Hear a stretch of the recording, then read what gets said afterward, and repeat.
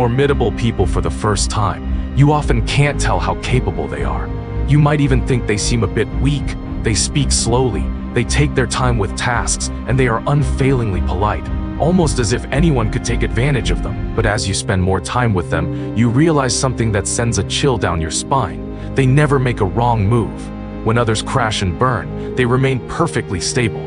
When a new wave of opportunity arrives, they are already standing there, quietly waiting. You might call it luck. Once or twice is luck, but every single time, that is true mastery. What kind of mastery is this?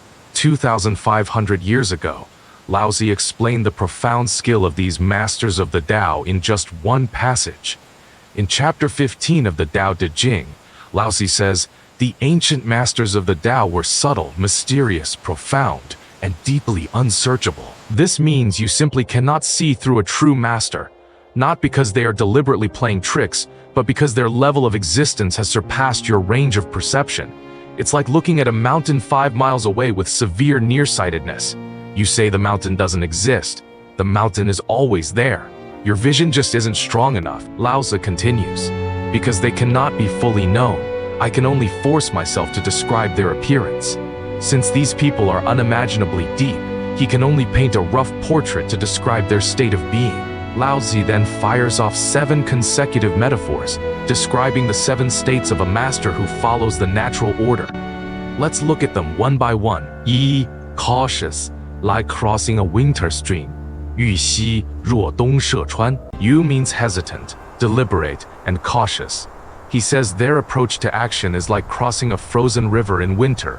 Imagine the scene. It's freezing, the river is iced over, and you don't know how thick the ice is.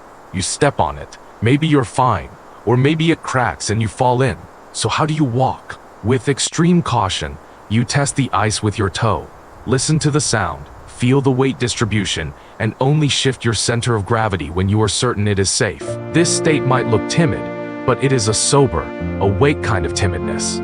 Many people praise reckless gambling using survivorship bias, but look at the people who fail spectacularly. Weren't they all the bold ones? I have a businessman friend who made a lot of money in 2019. The market was good. He felt invincible, and he borrowed heavily to expand. I advised him to keep some cash on hand, but he said, "Going all in is what courage looks like." When the pandemic hit, he couldn't even pay his loans. Later, over drinks, he confessed, "I wish I had been more timid back then." What does Warren Buffett say? Rule number 1, never lose money. Rule number 2, never forget rule number 1. This is the first face of a master, never blindly confident. Knowing the complexity and danger of the world, they never fight an unprepared battle and never step onto untested ice. Are watchful, like one alert to danger on all sides.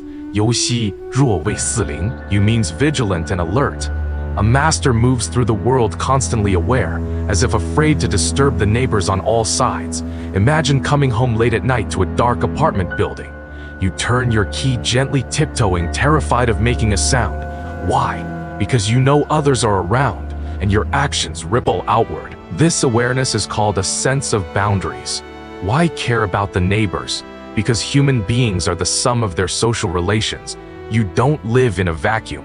So many brilliant people ruin themselves because they lack this boundary.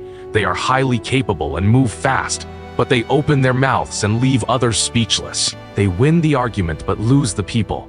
After a meeting where they shine brightly, everyone avoids them. You think you are showing strength. No, you are making enemies. The truly formidable keep their edge sheathed in a crowd. It's not that they aren't sharp. They just know exactly when to be sharp and when to be smooth. Sun dignified, like a guest. 偃息其若客. Yan means dignified and respectful. Lao Tzu says these masters move through life as if they are a guest in someone else's home. How does a guest act?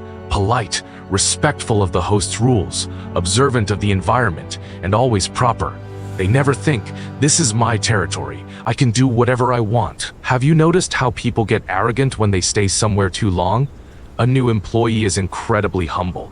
3 years later, they consider themselves a veteran and start bossing people around. Stay in a relationship long enough, you assume the other person won't leave, and you stop caring. This is the owner's mindset, but a true master maintains the guest mindset. It means, I know I could lose this at any moment. This job, this client, this relationship, it could all vanish. Therefore, I treat it with utmost sincerity. I know a boss who has been in business for 20 years. He still arrives 20 minutes early to every client dinner. When asked why, he said, "It's exactly because I'm successful that I must arrive early." If you act arrogant when you are small, people think you are immature. If you act arrogant when you are big, people remember it forever. The stronger you are, the more you must lower yourself. It's not hypocrisy, it's wisdom. 似yielding, like ice about to melt. 涣兮其若冰之降释. Huan means melting and dissipating. Their state is like hard ice melting into water. Ice is rigid, shaped, and has sharp edges. Water is soft, formless, and adaptable. Pour it into a cup, it becomes the cup. Pour it into a river, it flows with the terrain. Ice represents obsession. If you fight the environment, you will always lose. Water is freedom. It changes infinitely and blends anywhere. I used to be very stubborn about my content creation, insisting only on my personal style. The data was terrible. A peer asked me, "Are you trying to express yourself, or are you trying to help others?" That woke me up. That wasn't persistence, it was ego. True persistence is keeping the goal fixed, but the method's flexible. I melted away my sharp edges and started speaking the language the market needed. The results followed instantly. Melt yourself down. Ice is stuck in one place. Water can go anywhere. Which do you choose? 5. Genuine, like uncarved wood. 敦兮其若朴. Dun means honest and simple. Pu is raw, uncarved wood. A tree cut down, unpainted, unpolished, just sitting there in its original state.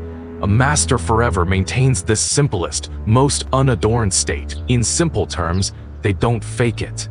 In an era where everyone curates a persona and edits their photos, simplicity is the rarest virtue. But look at the truly wise. They speak directly, dress simply, and talking to them feels like having tea with an old friend, not an important figure. Because they no longer need external things to prove their worth. The higher a person ascends, the more they walk backward back to their truest, most unadorned self. To stop pretending is a supreme realm of being, because it means you no longer crave anyone's validation. 6. Open like a valley. 旷兮其若谷. Kwang means vast and open. A valley has two traits. It is low and it is empty. Because it is low and empty, it can receive the streams from all directions, forming great rivers and nurturing forests. If a person is full, nothing new can enter. We've all met people who think they know everything. Ultimately, they achieve nothing because their cup is full of their own prejudices. A master lives like a valley. When criticized, their eyes light up. You are absolutely right. When facing disagreements, they don't argue. They absorb the other's logic. While you waste energy arguing to protect your fragile vanity, the master listens, absorbs, and turns your knowledge into theirs. When you lower yourself like a valley to embrace differences, the resources of the entire world will flow into your life automatically. 7. Blended, like murky water. 混兮其若浊. They appear mixed and opaque like muddy water. Many think spiritual practice means being spotless and crystal clear. Why be like muddy water? This is called harmonizing with the light and blending with the dust. Clear water is beautiful, but nothing grows in it. The muddiest water is at the river's delta, yet it is the most fertile, supporting the most life. It's the same with people. Those who act entirely pure and look down on everything usually accomplish nothing, because getting things done requires wading in the mud. To build a business, to manage a team, to achieve anything great, you must endure the indignities of the process. If you are afraid of getting dirt on your hands, you will never grow a crop. Blended like murky water doesn't mean becoming corrupt. It means having the capacity to survive and function in a messy reality. To bloom a flower, you must first take root in the mud. After these 7 states, Lao Tzu asks 2 questions. Who can make the muddy water clear? Let it be still, and it will gradually become clear. You don't need to stir it or filter it, just let it sit. The mud settles naturally. When your mind is a mess, sleep on it and the answer appears. This is the power of stillness. Who can maintain life in absolute stillness? Let it move, and it will gradually come alive. Move gently, like a spring breeze. When you feel empty and paralyzed on the couch, taking a walk brings your soul back to life. Stillness and movement are one. When chaotic slowly become still. When stagnant, slowly begin to move. Alternate the two, and you attain lucid vitality. Finally, Lao Tzu delivers the core secret of the entire chapter. Those who hold fast to this Tao do not desire to be full, because they are not full. They can be worn away and yet newly made. Those who guard the Tao never seek to be full, because they remain incomplete. They can continuously evolve. This overturns everything we are taught about winning and maxing out. Lao Tzu says, do not be full. A full cup cannot receive water. Once you are full, you die. Leave space for new knowledge, new possibilities, and surprises. As Steve Jobs said, stay hungry, stay foolish. Hunger is not being full. Foolishness is being like uncarved wood. The highest wisdom of the East and West point to the exact same truth. To summarize the 7 traits: cautious winter stream, watchful alert to neighbors, dignified guest, yielding melting ice, genuine uncarved wood open, a valley blended murky water, plus the method: stillness for chaos, movement for stagnation, and the ultimate law: never let yourself become full. This is Lao Tzu's operating system for aligning with the Tao. Why are people so exhausted today? Because society teaches you to rush, grab, and fill up. Lao Tzu teaches you to step back, slow down, empty out, and lower yourself. It is not the shock of explosive power, but the crushing weight of endurance over time. This is what it means to be deeply unsearchable. I hope this brings you peace today.